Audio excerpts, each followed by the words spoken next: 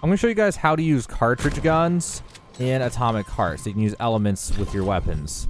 So in order to do this, first thing you need to do is have a slot on your gun for it. So you can go to one of these upgrade terminal, whatever they're called, and at the very top you can go to upgrade and then look at whichever gun you want to upgrade. And if you have the blueprint for it, you'll be able to go to cartridge gun, cartridge module, and get at least the basic. I mean, you can obviously get a higher level one if you want. They all each give benefits like making the cartridge last longer and stuff like that. Once you have that, you're going to actually need cartridges. Now, if you haven't found one or something, you can go to crafting and go to cartridge guns, and then you can craft your own once you have the recipes for them. Make as many as you want. They last more than one shot, obviously, so you don't need an insane amount necessarily. So once you've crafted some of those, then make sure you have it in your inventory. So you can see here I have one in my inventory already. So yeah, I might put it in storage. Your inventory is full is why I'm saying that. Then what you're going to do is you're going to pop up this radial menu. So in order to do this, on an Xbox controller, you hold the X button.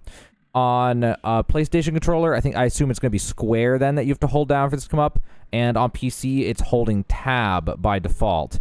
And that'll bring up this radial menu. And from here, you can obviously change out guns and change out secondary loadouts for whatever items, secondary items and stuff. Well, at the bottom, there's this spot for a cartridge. And so at the top right of the screen, you'll see what your hotkeys are. For controllers, it's going to be right trigger on Xbox or R2, I assume, on a PlayStation controller. And then you're going to hit that to get into your cartridge slots. And then you're going to pick a cartridge and then press the right trigger or R2 again, or whatever it says on PC.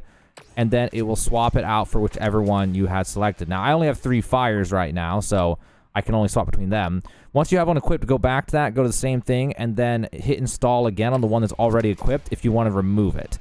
And then once you have it equipped, it should make your weapon do whatever element of damage it's supposed to do then. So you can't really see it on the ground. You can only see it when I hit an enemy with this. But now that I have that on, I will deal fire damage, which we'll be able to see on this guy. You can see he's on fire now. So that's how that works. If you're wondering how to equip cartridge guns, hopefully this video helped you out, and now you know how to install and craft and make and use cartridge guns to do elemental damage in Atomic Heart.